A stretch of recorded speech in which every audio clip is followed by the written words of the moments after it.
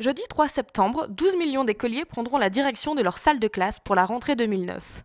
Dès les premiers jours, la question de l'assurance scolaire se pose. Légalement, la souscription d'un contrat n'est pas obligatoire. En effet, la loi stipule que l'inscription d'un enfant dans un établissement scolaire ou sa participation aux activités inscrites dans les programmes scolaires ne peut en aucun cas être subordonnée à la présentation d'une attestation d'assurance. En revanche, pour les activités dites facultatives, type voyage de classe, séjour linguistique ou classe découverte, le chef d'établissement est en droit de refuser la présence d'un enfant non assuré.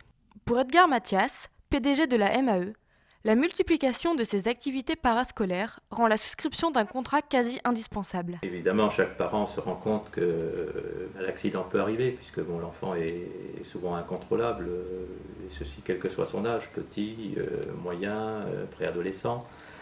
Donc l'enfant est exposé au risque d'accidents corporels notamment, et ceci dans les activités sportives ou les activités récréatives.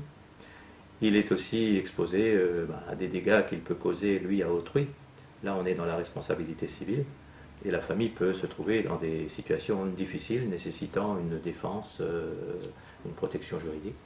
Lorsque l'enfant est à l'école, il est aujourd'hui fort heureusement encore dans un milieu préservé. Et on est là véritablement dans l'accident fortuite, incontrôlable, une bousculade dans une cour de récréation, un accident de sport pour des plus âgés, donc c'est l'accident pur. Par contre, dans la vie courante, et donc le mercredi, le week-end, les vacances, les parents sont bien sûr là, ils sont pour la grande majorité responsables, mais on n'a pas l'œil constamment sur l'enfant. Pour pallier à ces différents risques, les compagnies d'assurance scolaire proposent généralement deux types de garanties. La responsabilité civile, qui prend en charge les dommages créés par l'enfant, et la garantie accident, qui couvre l'enfant en cas d'accident lorsqu'il n'y a pas de tiers responsable. Généralement, les compagnies proposent d'autres clauses spécifiques, comme l'assurance vol de cartable ou casse de lunettes. Ces différents types de contrats s'appliquent soit aux activités scolaires ou extrascolaires, soit à l'ensemble des domaines de la vie de l'enfant.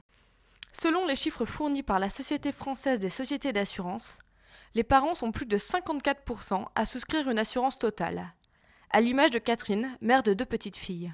Deux enfants, d'une petite Alice qui a 5 ans et d'une petite Valentine qui a 7 mois. Je souscris une assurance scolaire, oui, et même extrascolaire, pour couvrir ma fille sur tous les accidents qui pourraient se produire, qu'elle pourrait provoquer ou qu'ils seraient provoqués par un autre élève ou un autre enfant. Mais malgré un budget annuel de plus de 150 millions d'euros, le secteur de l'assurance scolaire est en pleine évolution.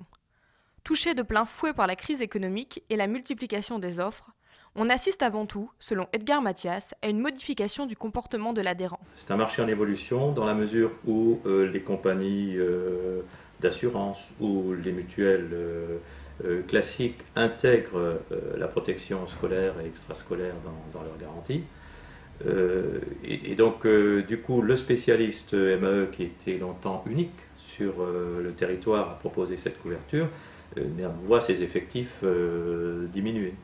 Mais comme je vous le disais tout à l'heure, diminution d'effectifs, oui, mais en même temps, un choix, disons, beaucoup plus raisonné des adhérents à la MAE, qui ne sont plus des adhérents d'automatisme, mais qui sont des adhérents de réflexion.